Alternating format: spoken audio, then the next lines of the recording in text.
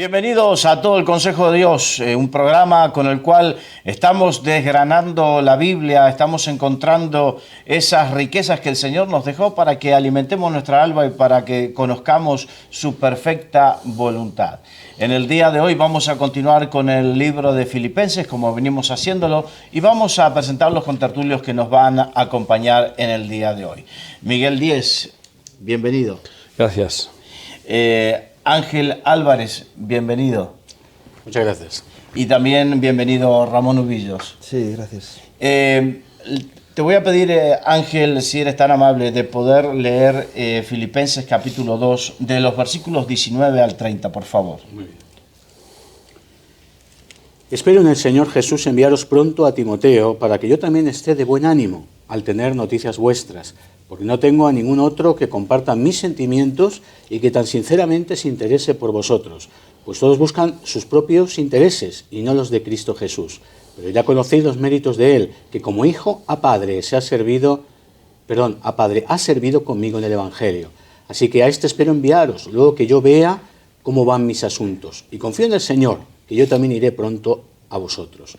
Pero me pareció necesario enviaros a Epafrodito, mi hermano, colaborador y compañero de milicia, a quien vosotros enviasteis a ministrar para mis necesidades. Él tenía gran deseo de veros a todos vosotros y se angustió mucho porque os habíais enterado de su enfermedad. En verdad estuvo enfermo a punto de morir, pero Dios tuvo misericordia de él, y no solamente de él, sino también de mí, para que yo no tuviese tristeza sobre tristeza. Así que me apresuro a enviarlo para que al verlo de nuevo os gocéis y yo esté con menos tristeza. Recibidlo pues en el Señor, con todo gozo, y tened en estima a los que son como Él, porque por la obra de Cristo estuvo próximo a la muerte, exponiendo su vida para suplir lo que os faltaba en vuestro servicio por mí. Muchas gracias. Veníamos hablando en programas anteriores acerca precisamente de esta carta, de lo cercana que resultaba la redacción y daba a entender de una relación muy cercana. Y aquí, entre el apóstol Pablo y la iglesia de Filipo. Y aquí introduce a dos hermanos más, a Timoteo y a Epafrodito, y sigue mostrando que la buena relación no era solamente con Pablo, sino también con otros hermanos. Sí, efectivamente. Bueno, concretamente en este caso de Timoteo, que ya hemos hablado en alguna ocasión, como ese hijo espiritual que también había sido coparticipante de la fundación de la iglesia de los filipenses, que fue la primera iglesia europea, y Timoteo fue parte también, copartícipe de ella, siendo muy jovencito y casi recién convertido. Por tanto, era muy conocido para ellos, y concretamente pues aquí encontramos a Timoteo, ya se mencionó en alguna otra ocasión, como ese hijo espiritual, pero también como esa persona que Pablo confía plenamente en él. Luego se va a mencionar también Epafrodito, que es otro colaborador, en este caso es de los propios filipenses, que había sido enviado para llevarle una ofrenda, y luego él mismo sería el que le llevaría la epístola. En definitiva, colaboradores, personas que están cerca del apóstol, que son de bendición, que son personas que de alguna manera hacían la obra allí donde Pablo no podía llegar, ellos llegaban. Y gracias a Dios por esos hombres, ¿no? Porque siempre pensamos en en aquellos que tienen un ministerio encumbrado o personas más reconocidas, pero efectivamente aquellos que colaboran, aquellos que sirven, aquellos que están cerca de estos otros hombres que son los que, como Pablo, tuvieron una autoridad especial, gracias a esos otros la obra de Dios iba creciendo, iba avanzando, ¿no? También Pablo tenía a su alrededor personas que no eran tan espirituales, porque si nos damos cuenta en el texto dice: espero en el Señor Jesús enviaros pronto a Timoteo para que yo también esté de buen ánimo al tener noticias vuestras. Pero también el propio Pablo escribe, pues todos buscan sus propios intereses y no los de Cristo Jesús. Entonces vemos que dentro de los colaboradores y de aquellos que estaban relacionados con el apóstol, también estaban los que no daban testimonio, los que estaban de alguna manera desechando a Pablo. Tal vez, si estamos hablando de la epístola escrita en Roma, que no tenemos claridad, a lo mejor son aquellos que abandonaron a Pablo cuando fue llevado a juicio, y por el temor de ser ellos mismos también llevados a la cárcel, pues la abandonaron. Probablemente se está refiriendo a ellos. Lo cierto es que, gracias a Dios, que aparecen por un lado aquellos que son fieles, y por otro lado también Pablo menciona no dice los nombres aquí, pero aquellos que no lo son tanto. Ramón. Sí, bueno, yo también iba a hablar de eso, de la Iglesia desde el principio tiene personas entregadas y con fuego, y otros que van buscando otro tipo de cosas, ¿no? Que van buscando lo suyo, que es lo que dice aquí. Pero lo terrible es que dice es que dice, no tengo a ninguno, porque todos buscan lo suyo. Es decir, parece ser que está teniendo una situación o una crisis alrededor suyo de personas que están cada uno buscando lo suyo propio. Y yo creo que es uno de los grandes males de la Iglesia cuando se encuentra con personas que se acercan al Señor para conseguir beneficios personales, pero que no están dispuestos luego a dar de lo suyo, a morir en beneficio de otros, este tipo de cosas, ¿no?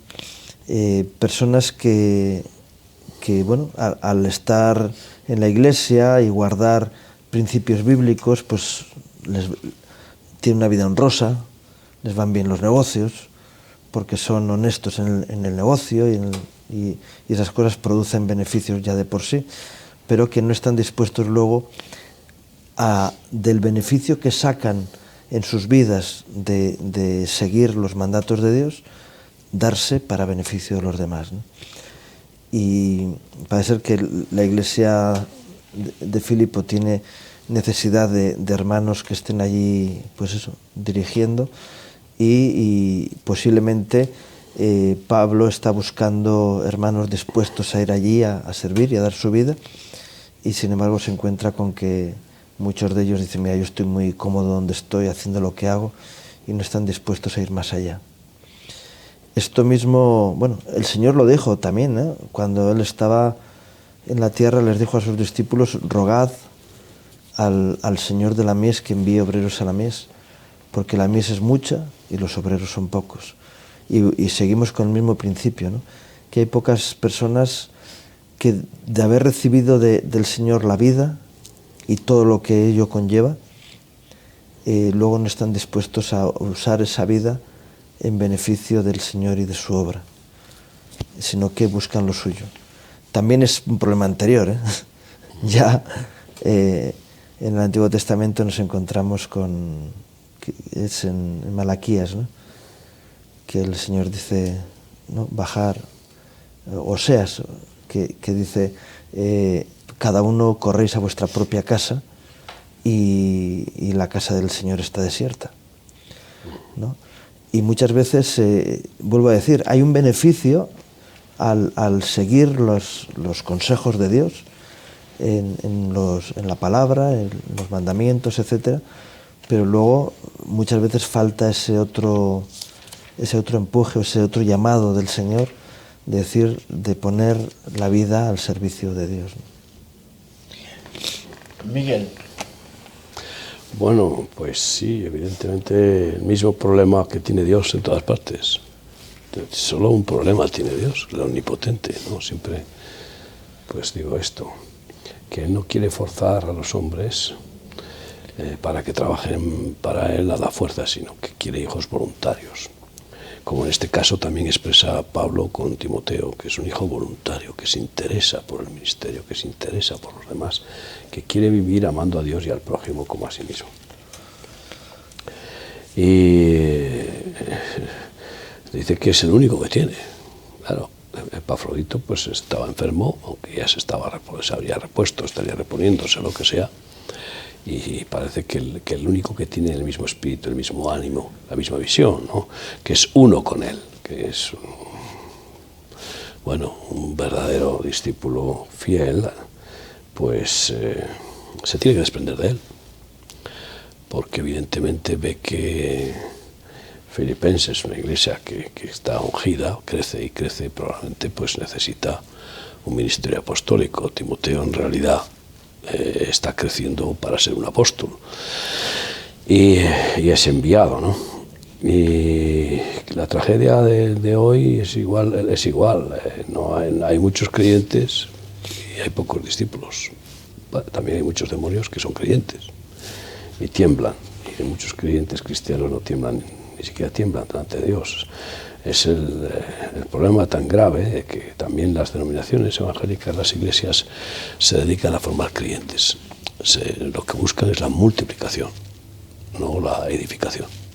Porque los ministerios, según Efesios 4, nos lo da el Señor para edificar a la iglesia, para edificar a otros, edificarles en el ministerio, es decir, para que los creyentes cumplan después el propósito de Dios, que es, bueno, primero llamados, luego escogidos, apartados, tomados en exclusiva para Dios, ungidos, llenos del Espíritu Santo, pertrechados de dones y de frutos, y capacitados, discipulados y enviados. Y no hay otro propósito. Ese es el plan realmente de lo que es el Evangelio y de la gran comisión que Jesucristo dijo: id y haced discípulos a todas las naciones, no dijo id y haced creyentes. Y la mayor parte de los cristianos no quieren ser discípulos, no quieren, no. Y es curioso, cantan canciones de todo mi corazón y cantan canciones de Señor, Señor, pero no todo lo que dice Señor, Señor, sino el que hace mi voluntad. Pero es que el problema, yo creo que está precisamente eso, en que los pastores mismos no están buscando el reino de Dios y su justicia, sino que la mayoría buscan un reino religioso, buscan su estatus, son asalariados, la mayoría de los casos son asalariados y no hijos verdaderos, espirituales, que aman al Padre y que están apasionados por agradar al Padre, por contentarle. Yo veo aquí la misma situación con Dios que con Pablo, porque Pablo dice que para que no me entristezcáis, para que no añadáis tristeza sobre tristeza, para que, bueno, pues esté yo de buen ánimo. Y en realidad esa es la vida de los hijos de Dios, tener contento al Señor, agradar a Dios. Que lo mismo que Pablo le gustaría ver en sus discípulos, ¿no? Y Timoteo es uno de ellos. Timoteo es uno de los pocos. Muchos son los llamados, pocos son los escogidos. Ese es el gran conflicto, la gran tragedia del pueblo de Dios, ¿no? Y ves masas, multitudes en campañas, en congresos y en iglesias, y dices, bueno, realmente, ¿cuál es la iglesia verdadera? Que no es la visible, sino la invisible, la que Dios ve, la que Dios conoce, de aquellos que están dispuestos a cumplir el mandamiento que resume toda la Biblia, que es amar a Dios con todo el corazón, todo el alma, toda la mente, todas las fuerzas físicas, psíquicas y espirituales. No el domingo en el culto, no diezmar un poquito, o sea, diezmar y luego dar un poquito de ofrenda, no, darlo todo. Es como Pablo realmente pues vivió, y como vivían los apóstoles, y como vivían los primeros cristianos fieles. Darlo todo para el Señor y aprender a vivir por fe y crecer en esa medida de fe. Y eso es lo que siempre es el gran obstáculo, porque la mayoría intentan compatibilizar el pertenecer al mundo y el pertenecer a la familia de Dios, pertenecer al sistema terrenal, animal diabólico, de consumo, de propiedades, en fin, de darle también satisfacción a la carne, a vivir por las fuerzas, por el dinero y también a recibir bendiciones de Dios. No, pero el justo por la fe vivirá. Y la fe viene por el oír y por la palabra de Dios. Y la palabra de Dios es: ven y sígueme. El que quiera seguir por la mí, es a sí mismo. Aquí veo también un tema muy interesante, y es que Epafrodito, que efectivamente pues tendría que ser un filipense, como tú has dicho, porque claro, dice que es vuestro mensajero, es el mensajero que ellos le habían enviado a Pablo, ¿no? Como quizá para discipularlo. Y esto es lo que me gusta mucho, lo que es el fluir de la sangre. Las personas tenemos que ser como la sangre, que la sangre es la vida del cuerpo. Fluir, moverse, viajar, ministrar. Porque las iglesias no son completas. Si eso funcionara bien, resulta que cada iglesia se beneficiaría de los frutos y dones de otro ministerio y viceversa, y habría un enriquecimiento constante, ¿no? Y claro, la visión misionera y la visión de Pablo, que es el apóstol por excelencia después de Cristo, pues resulta que él entiende lo que es enviar la sangre, enviar a los hombres fieles, y no enviar para quitarse uno de encima lo que es molesto, ¿no? Decir, bueno, voy a enviarle a este porque ya me está agotando la paciencia, ¿no? Sino enviarle de lo vivo, sacrificar. Se queda prácticamente Pablo sin asistente, porque Timoteo, que es del mismo ánimo que él, pues pues le da carta de recomendación a los filipenses, les escribe para recomendárselo, para que lo respeten, le sirvan, le agraden. Y veo que en estos viajes pues hay riesgos, claro. Cada vez que alguien va a África pues tiene el riesgo de agarrar la malaria. ¿Entiendes? Porque, por ejemplo, por decir algo, entonces, o de agarrar las aguas, entonces no había agua embotellada. Imagínate tú cuántas enfermedades se pueden agarrar por el camino, ¿no? Pues esto está clarísimo. Y si aún hoy que hay agua embotellada, hay muchos misioneros que enferman cuando viajan, pues imagínate entonces, ¿no? Que no había los medicamentos que hay hoy ni nada de lo que hay hoy. Así que enfermó por causa de cumplir el propósito. Probablemente pues lo envió y vamos, al salir enfermaría y no pudo realmente llegar. Epafrodito, y con enfermedad de muerte, pues una disentería o qué sé yo qué, cualquier cólera u otra cosa, porque no nos lo dice, ¿no? Y estos son los riesgos, es decir, que bueno, tenemos que pensar que hay un precio que pagar para servir a Cristo, y hay que estar dispuesto, si muero para Él muero, y si vivo para Él vivo. Y así es. Yo ahora, por ejemplo, este mes pues voy con mi esposa a Burkina Faso. Bueno, pues sabemos que las fuerzas aéreas de Burkinabés pues son los mosquitos que te meten un picotacito y te puede dar una fiebre altísima y un terrible que vamos. Pero siempre uno va con la gracia de Dios también, ¿no? Mira, en este caso estuvo con enfermedad de muerte y el Señor se ve que hizo un milagro, que le libró de morir, le sanó. Pero aquí esa es la vida del fluir, de cómo los miembros del cuerpo se sirven unos a otros, ¿no? y se bendicen y se ayudan mutuamente y están siempre interconectados, como debe de ser, como es en el cuerpo físico, ¿no? Qué bueno poder tener misioneros para enviar. Yo me pregunto, ¿cuántos misioneros envían las iglesias de España al año?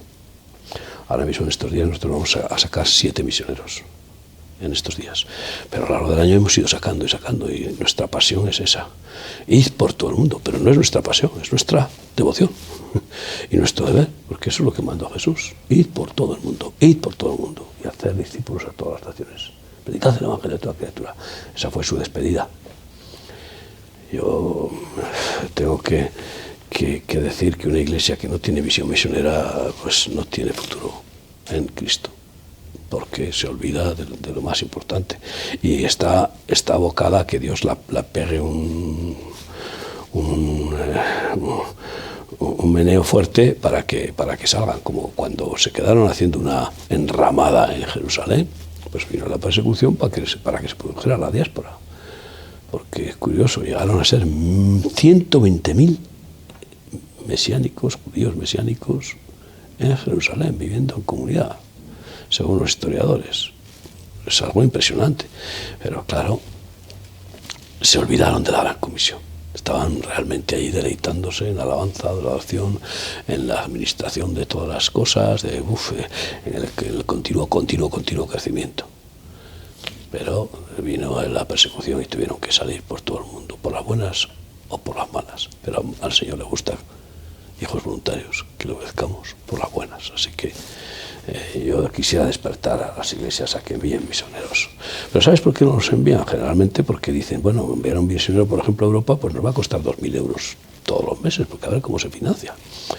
Y claro, pues dicen, pero eso tendremos que quitarlo de los sueldos de los pastores, o de la forma del espectáculo y del gasto y del ritual, que a veces es aparatoso y costoso.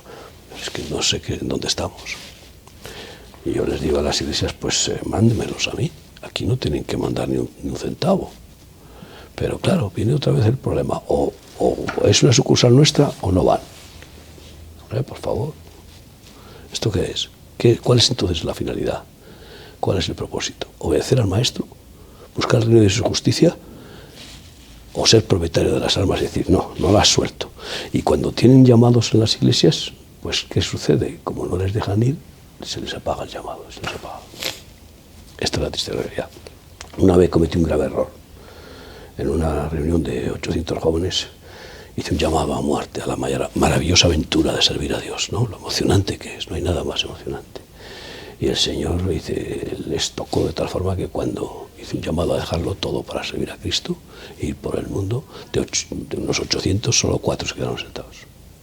Después cometí el error.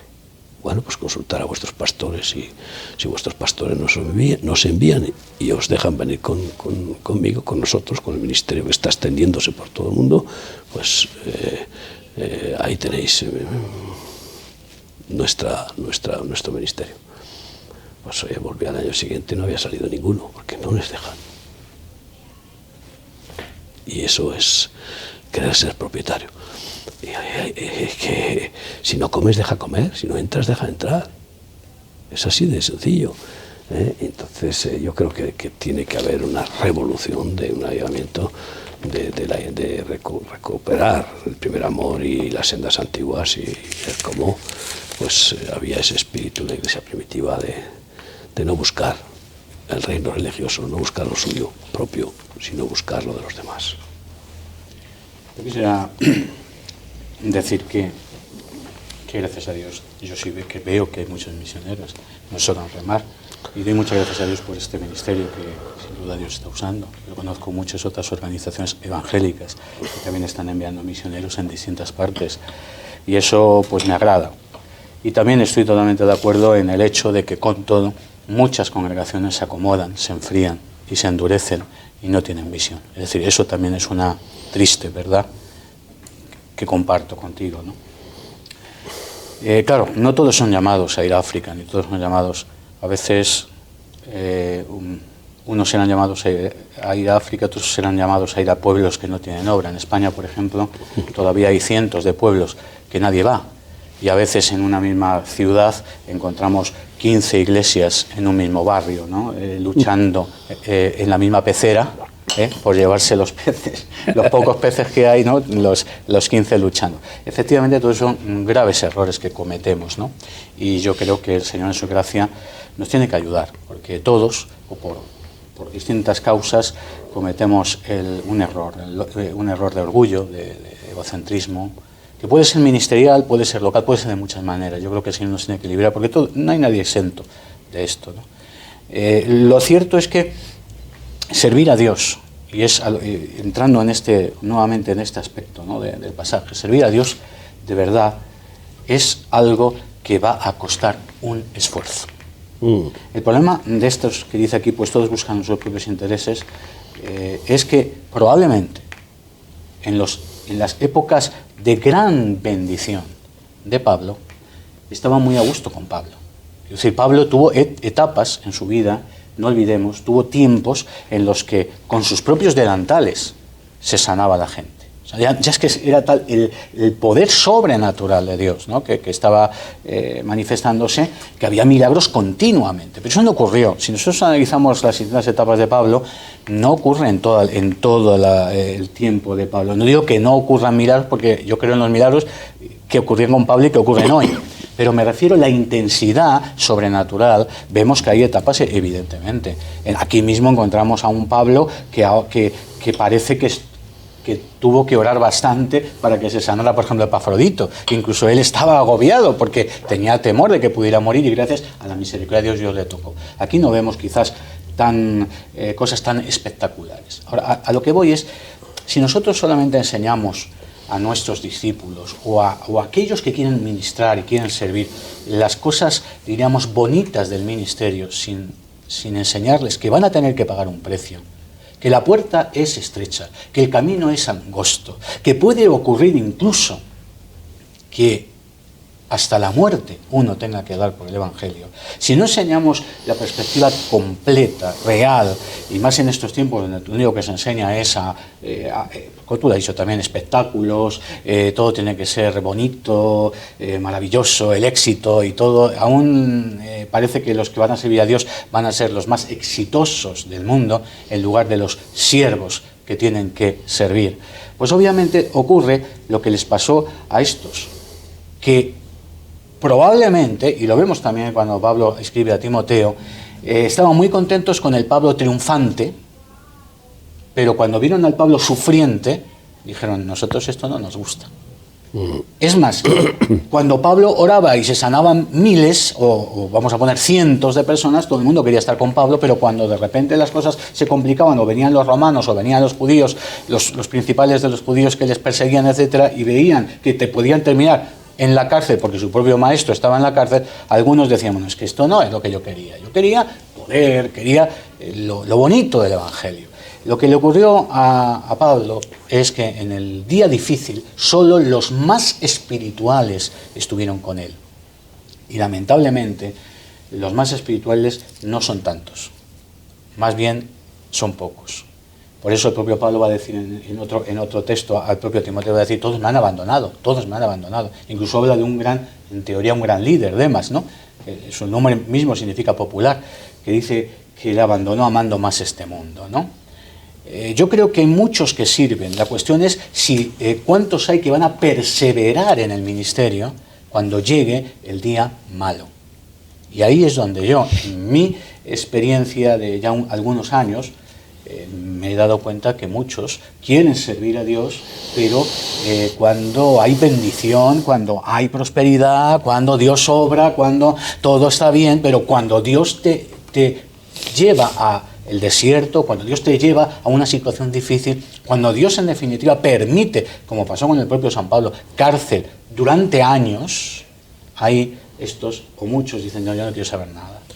Pues y me da la impresión que lo que le pasó a estos que estaban con Pablo, concretamente esperando en un proceso judicial en el cual podían matar a Pablo, y probablemente también con esto podían matar a todos sus colaboradores, lo que yo me imagino es que muchos de estos huyeron y otros estaban por ahí escondidos y todos en definitiva estaban abandonados. Pero ahí está un hombre como Timoteo, fiel, o como el propio Epafrodito, que es capaz de venir desde Filipos con una ofrenda y además con todo su corazón dispuesto a ayudar, y aunque le costó, por supuesto, una enfermedad como hemos visto, ¿no? No hay tantos ministerios fieles. Hay un dicho que dice que está a las duras y a las maduras. Yo creo que cuando las cosas van bien, muchos quieren servir, pero yo ya he comprobado que cuando las cosas van mal, muchos desaparecen, de tal manera que parece como que nunca existieron. ¿Dónde están? Estaban. Si había dinero, estaban. Si había prosperidad, estaban. Si había una iglesia que respaldaba, estaban. Pero cuando vinieron los problemas, yo conocí unos cuantos que se marcharon y que ya no están. ¿Por qué? Porque a lo mejor también nosotros estamos enseñando, o algunos enseñan, un evangelio demasiado fácil. Y quizás ese es un problema. Hay un texto bíblico que dice que el que pone su mano en el arado y pone la mirada atrás no es digno del reino de los cielos, ¿no? Y Jesús enseñaba el camino de la cruz. El llamado que hacía el Señor fue siempre ese, ¿no? Es decir, si alguien quiere venir en pos de mí, nieguese a sí mismo, tome su cruz cada día y sígame. Es decir, no hay engaño en la palabra de Dios. Otra cosa es que haya ministerios que engañen, ¿no? Pero el que está a las maduras y no está a las duras es que es un hipócrita. Sinceramente. Porque lo único que quiere es un interesado. Busca lo suyo. Claro, pero no, puede no ser un hipócrita, simplemente que está de momento porque está a gusto. Porque está buscando lo suyo. Pero estoy mientras me beneficia a mí. Siempre es esa la pregunta, ¿no? ¿Qué saco yo de esto? Dice, si tú no tienes que sacar, tú tienes que dar. El tema es ese.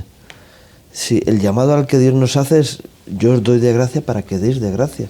Entonces, es cuestión de darse. Siempre va a haber mayor beneficio, porque el que siembra generosamente, y es una ley espiritual, generosamente luego recibirá.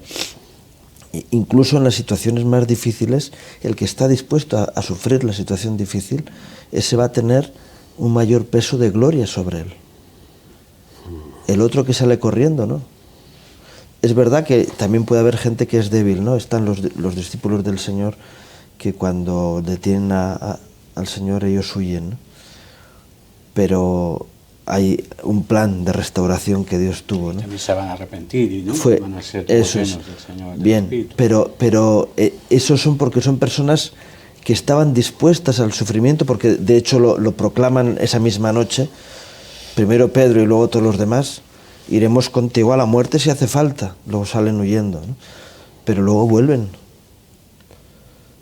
Y están permaneciendo fieles toda esa semana después de la ascensión del Señor, en una situación difícil. Ellos son probados y luego se mantienen fieles, ¿no?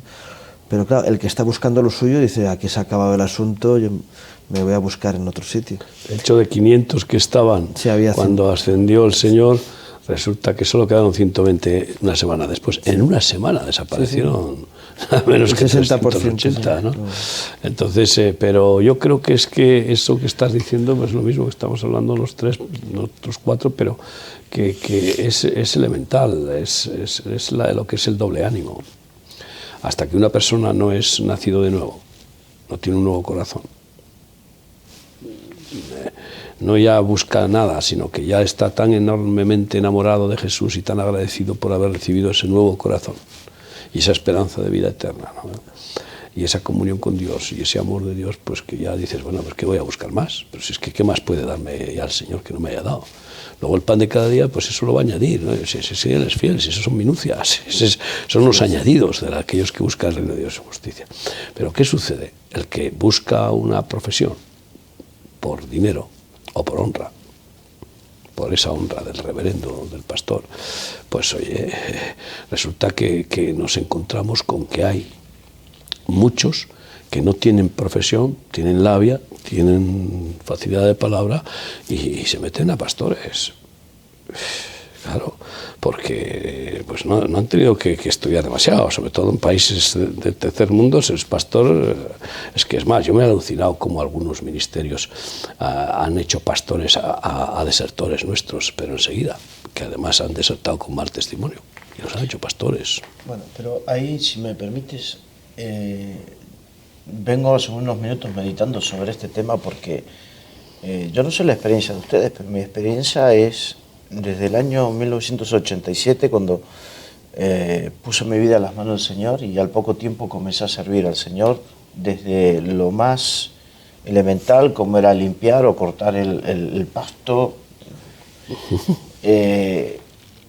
Siempre el Señor, antes de llevarme a un nuevo nivel, siempre me pasó por el horno de prueba. Claro.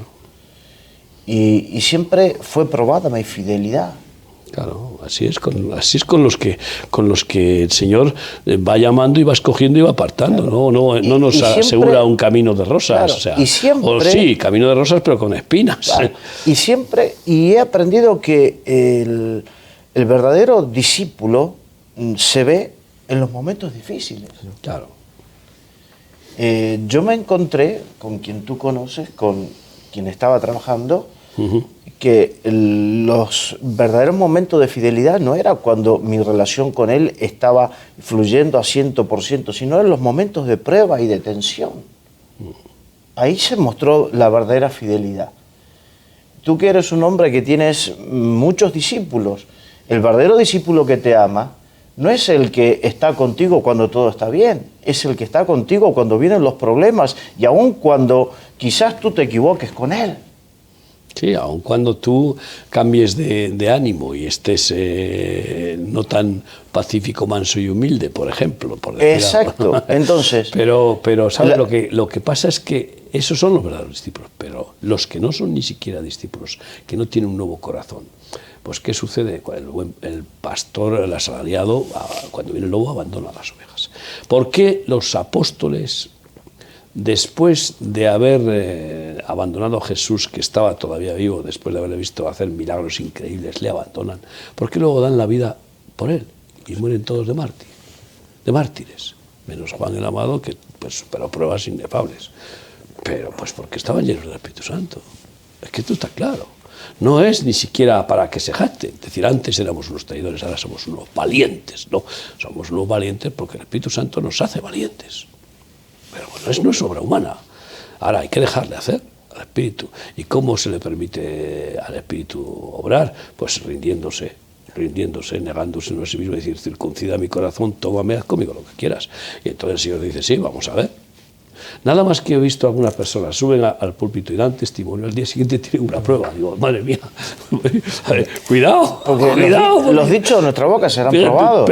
Pedro dijo que voy a morir, y esa misma noche le vino la prueba, y 3 veces negó a Jesús, contigo a la muerte, y esa misma noche Jesús se lo dijo. O sea que este es el tema, el testimonio, pues tiene lógicamente un pago aquí. ¿Cuál es? Pues seguir a Cristo, lo dice Lucas 14:32, el que quiera salvar su vida la perderá, el que la pierda por causa de mí la hallará, el que ama más padre, madre, esposa, hijos que a mí no es digno de mí, en fin, lo que has dicho tú, tomar al lado y mirar atrás. Hay un costo, hay un pago. Tú hablaste, Miguel, y disculpen que me tome este tiempo, tú hablaste de que hay muchos que con mucha labia, pero la mucha labia puede engañar el oído, pero la unción no viene por mucha labia. Pero ¿cuántos ministerios tienen multitudes y pasan los años y siguen teniendo multitudes? La unción... E incluso crece. Yo conozco a algunos que dices, esto es alucinante. Es alucinante, que aparentemente qué éxito tienen, ¿no? El éxito sin embargo, ¿dónde están los frutos? No ves los frutos. El éxito se va a ver en el tiempo. Exacto. En el tiempo. Evidentemente, ahora, pero de momento, yo digo, los que tienen mucha labia, pues de alguna manera, de momento convencen. Tú fíjate cómo le reconvinieron a Apolos. Le reconvinieron. Era un hombre de buena labia. Debía de ser un pico de oro, pero le reconvinieron de cómo tenía que obrar en el Espíritu y no con esa formación y esa capacitación y con esa homilética, esa diplomacia o esa inteligencia humana, ¿no? Y yo creo que pues, yo a veces he escuchado en congresos de miles de evangélicos y todos aplauden ahí de una forma estrepitosa, y lo que ha dicho son carnalidades. Que lo que hacen es acariciar la carne de los oyentes, ensalzar el alter ego, vamos, poco más o menos que decirles sois supermanes, sois lo máximo, como tú has dicho. Este es el evangelio fácil, que produce pues votos, vamos a decirlo así, produce prosélitos. Pero claro, Jesús no nos engañó, nos advirtió de lo que significaba ir en pos de él. Y esto es lo que hay que predicar hoy. Y hay que advertir. Claro, cuando mandamos a alguien a África decimos, oye, ten cuidado, tú sabes que es que allí la malaria la cogen todos, por permanencia. Es prácticamente imposible estarte meses o años con una precaución, prudencia y orden, y no, te pilla el mosquito. Y claro, pues existe riesgo. José Jesús Villarno estuvo 1 año y medio y tiene la malaria. Cada X tiempo, con los cambios de clima, le mete el telele. Entonces, pero eso es un pequeño ejemplo. Lo que hay que renunciar. Hay que renunciar a casa, parentela, yo que sé, hay que renunciar, sobre todo cuando pasas del primer mundo al tercero. Pero tú fíjate que los que vienen del tercer mundo quieren, o los que van de misioneros se quieren ir a Miami o a la Costa del Sol. ¿Cuántos misioneros tenemos en la Costa del Sol? Cuando antes hablaba de que no mandan misioneros, hay países que sí mandan, pero mucho menos de lo que deberían de mandar. Y algunos que mandaban muchos misioneros ya no mandan casi nadie, como Estados Unidos, que ha sido el país que más misioneros ha regado el mundo con misioneros. Ahora no salen casi, muy pocos, con cuentagotas. Pero cuando yo preguntaba antes, he dicho eso, es España, ¿cuánto manda? ¿Cómo podríamos saber cuántos misioneros salen de las iglesias de España? Este es el problema, con cuentagotas. Pero ¿cuántos salen, por ejemplo, de otras iglesias centroamericanas o sudamericanas, que están llenas? ¿Cuándo salieron los argentinos a Europa? Cuando vino el corralito. Empezaron a venir a montones, incluso pastores, que se habían arruinado. Pero ¿cuál era su motivación? ¿Cuántos cristianos vienen a Europa convertidos y vienen a las iglesias y esto y lo otro? ¿Por qué vinieron? No vinieron para evangelizar Europa. Entonces, todo esto nos hace cuestionar que Dios quiere calidad. Dios quiere calidad. Pero no esa calidad la que predica ese ministerio de alto standing que se llama la excelencia, ¿no? Ya conocéis, ¿no? Toda esa fanfarria del ministerio de la excelencia, como Bueno, pues tristemente Benny Hinn proclama, ¿no?, de que abrió un centro para niños en México y tenía 15 niños, pero vamos, con peluquero, con no sé cuántos asistentes para los 15 niños. Digo, pero ¿de qué vas? Por favor, si hay millones. El Ministerio de la Excelencia.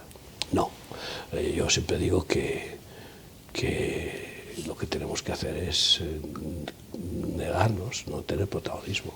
Que hagamos y darle la gloria al Señor y ser muy sencillos, muy austeros y tener, bueno, tener una mayordomía de los bienes que son de Dios, porque todo es suyo, no es tener sentido de propiedad, no somos hechos nuevas criaturas para ser propietarios de nada, sino ser propiedad de Dios, casa de Dios, templo del Espíritu Santo.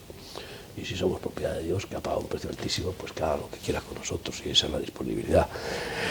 Pero es el sufrimiento más grande que tengo, que es el mismo que Jesús lloró al ver las multitudes como ovejas descarriadas sin pastor. El sufrimiento más grande es la falta de obreros. Así que te doy las gracias por estar aquí con nosotros, hermano. Y a ti, Ramón, y a ti, Luis, Ángel Luis, pero el tema ese, sin duda, que es lo principal. Llenar la iglesia de números que están ahí, que vienen al culto, Iván. Pues oye, menos es nada, pero a esas personas que vienen al culto hay que darles con el cuchillo afilado, porque no puede ser que les demos con un evangelio de complacencia, de un camino fácil. No puede ser, porque Dios nos va a pedir cuentas. Les podemos ayudar a caminar en el camino ancho de la perdición, creyéndose encima de que caminan con Cristo. Esta es una tragedia terrible. Bueno, hasta que se encuentran, ¡pum!, en el abismo. Que Dios, como decía el otro, nos pille confesados y que tengamos un temor de Dios tremendo para buscar al Espíritu lo que quiere el Señor y ser valientes, ¿no? Yo sé que esos ministerios de Evangelio Fácil, pues oye, eso de pare de sufrir, todas estas cosas, que ya no solamente lo dice esa iglesia famosa que tiene millones. No, es que ya como quieren tener éxito, pues lo van diciendo otros. Y que si quieres la teología de la superfe, de todo lo que es buscar solamente bendiciones. Hay bendiciones, pero hay aflicciones. El que busca lo suyo no sigue el llamado de Dios nunca, ¿no? Definitivamente. Yo creo que ese es un punto importante es el reto importante en la vida de un cristiano, ¿no? Porque siempre Dios nos va a poner oportunidades en las que tenemos que renunciar. Bueno, siempre, constantemente nos pone oportunidades, ¿no? De hecho, las personas que están participando de la comunión del Espíritu, de la palabra, es decir, que van a los cultos y que participan en la adoración y que luego no están dispuestos a renunciar, todo eso que reciben les es contado como negativo en sus vidas, no como positivo. Toda esa participación en la vida de la Iglesia viene a ser una carga sobre ellos. Recordemos la advertencia del Señor a las ciudades donde Él estuvo ministrando, Corazín, Besaida, incluso Capernaum, ¿no? Y dice, si estas cosas que han ocurrido entre vosotros hubieran ocurrido en Sodoma y Gomorra, o si la reina de Saba hubiera visto lo que habéis visto vosotros, las actitudes de todos ellos hubieran sido diferentes. Y sin embargo, vivimos en un tiempo en el que, yo no sé, la gente está vacunada contra los llamados de Dios. Mucha gente en las iglesias reciben ministración, escuchan palabra, pero una vez que salen de la puerta se les olvidó. Si ha habido un llamado, incluso algunos se levantaron al llamado y luego, no, si te he visto no me acuerdo, ¿no?, le dicen a Dios, ¿no? Es terrible que luego, el día del juicio personal, a lo mejor es el Señor el que te dice, como está escrito en la palabra, ¿no? Pero si enseñaste en nuestras plazas y contigo hemos comido, no sé de quién sois, hacedores de maldad. porque nuestras obras son obras de injusticia. Solamente cuando dejamos que Dios actúe a través nuestro, podemos estar en ese grupo de los que hacen las obras que Dios tiene preparadas de antemano para nosotros. Y ese pueblo que está anhelando hacer esas buenas obras, ¿no? ¿Y cómo las podemos hacer? En base al llamado de Dios. Cuando uno busca lo suyo, dices, de alguna manera esa palabra que dice, vuestro corazón se ha engrosado para no oír la verdad, ¿no? Es el gran problema que nos podemos encontrar hoy en la Iglesia. Y hablamos del pueblo de Israel, de qué duros de cerviz que eran, y estamos recibiendo palabra, siendo ministrados, y yo creo que es importante que las personas analicen qué es lo que Dios les está llamando a hacer para que renuncien a sí mismos.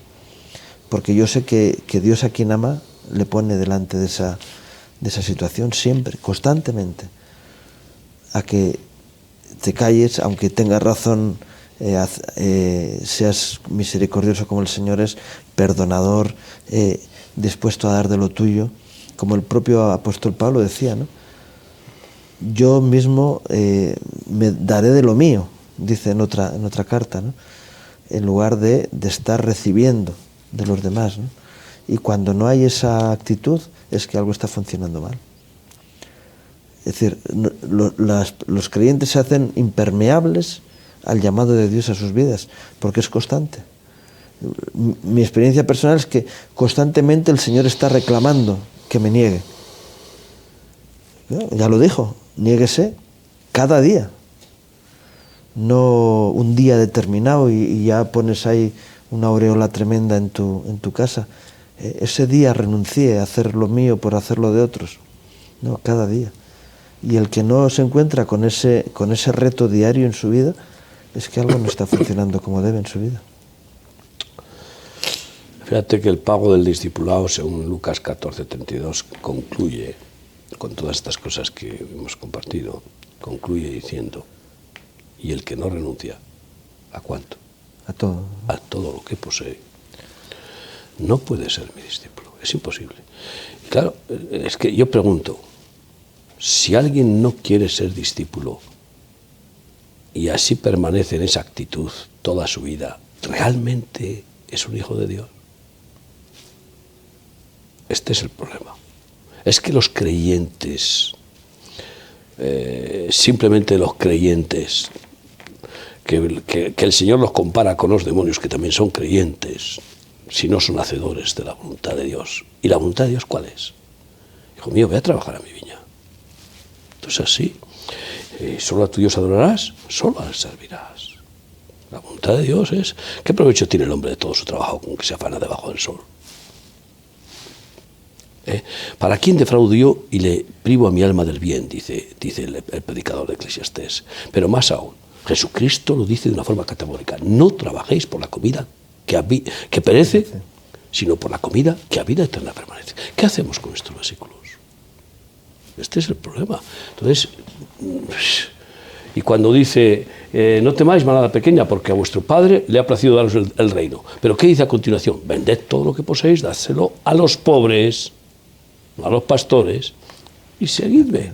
¿Qué le dijo al joven rico? Una cosa te falta para ser perfecto.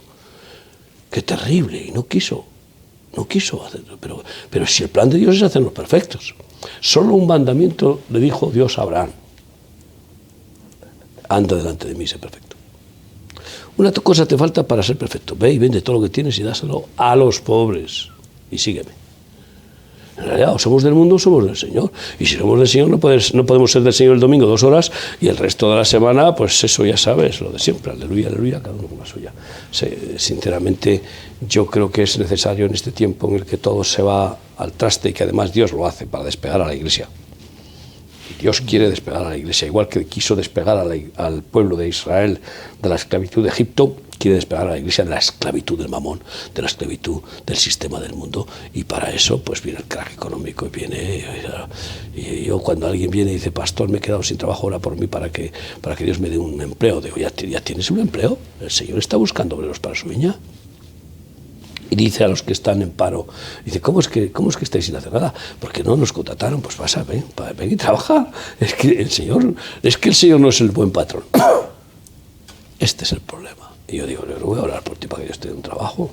Yo voy a orar para que Dios aproveche esta situación de tu quebrantamiento para que reflexiones y tengas el anhelo, ya estés desencantado del sistema del mundo, del de vivir por dinero, y tengas el anhelo de vivir confiando en el buen patrón, en el Padre. Y ya verás cómo nada te faltará. Entonces sí que podrás decir, ya ves mi pastor, nada me faltará. ¿Por qué? Porque estás consagrado a Él. Y no hay ningún hijo que mendigue pan. Entonces todas esas promesas están claramente ligadas. La gente quiere las bendiciones, pero no quiere los sacrificios, no quiere la renuncia, no quiere pagar el precio. Y eso es terrible. Eso demuestra que donde está su tesoro va su corazón. ¿Dónde está su tesoro? Y yo veo, por ejemplo, que muchos pastores, su tesoro está en su ministerio, no en Cristo, no en el reino de Dios.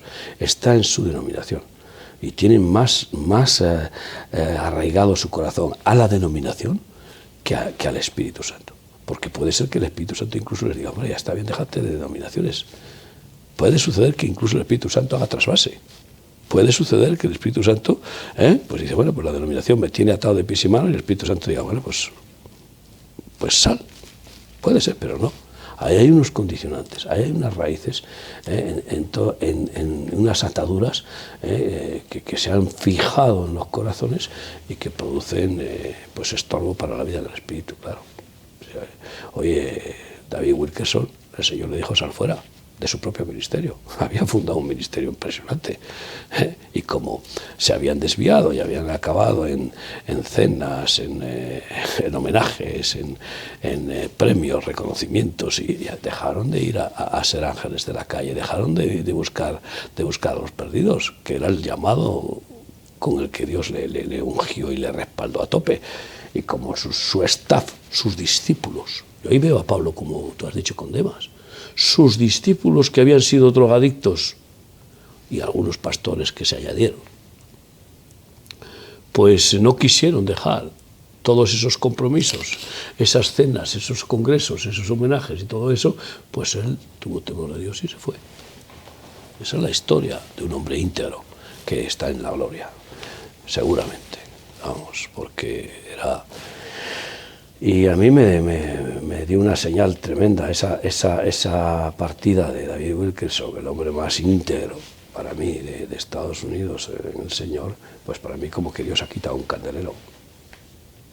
Y bueno, que hoy haya salido en las noticias que Obama por lo bajín y estaba hablando con Sarkozy de que joder, estoy harto de Netanyahu, estoy harto de estos israelitas, como diciendo no hay manera con ellos, tal, no sé qué, no sé cuál, y Obama por lo bajín diciendo sí, pero yo tengo que estar todos los días, tengo que luchar con este tema, como diciendo, y no sabían que estaban los micrófonos puestos. No se da cuenta, lo que va a rematar a Estados Unidos ya es no solamente haber humanizado el Evangelio en Estados Unidos, que lo han hecho humanista, y haberlo hecho de pura democracia, sino además encima el dejar el respaldo a Israel va a ser la puntilla ya para que Estados Unidos sufra lo que es realmente los dolores de los que profetizó David Wilkerson. Bien, hemos llegado al final del programa del día de hoy. Quiero agradecerte, Miguel, por este tiempo, Ángel, Ramón, por este tiempo. Y creo que se habló mucho de lo que es ser discípulo, de lo que es ser llamado. Y también me gustaría terminar con esto. Se habla mucho de la unción. La unción no se baja por internet. Ser ungido por Dios no se compra la unción en la farmacia. No se puede comprar en el mercadillo, no se puede adquirir de ninguna manera. La única manera de tener la unción de parte de Dios es pagar el precio de la obediencia, de negarse cada día. Entonces, la unción de Dios viene. Cuando viene la unción de Dios, viene la autoridad, viene el poder de Dios para respaldar un ministerio. Que el Señor te bendiga, que nos volvemos a encontrar, Dios mediante, la próxima semana para continuar con el libro de Filipenses. Gracias por estar con nosotros.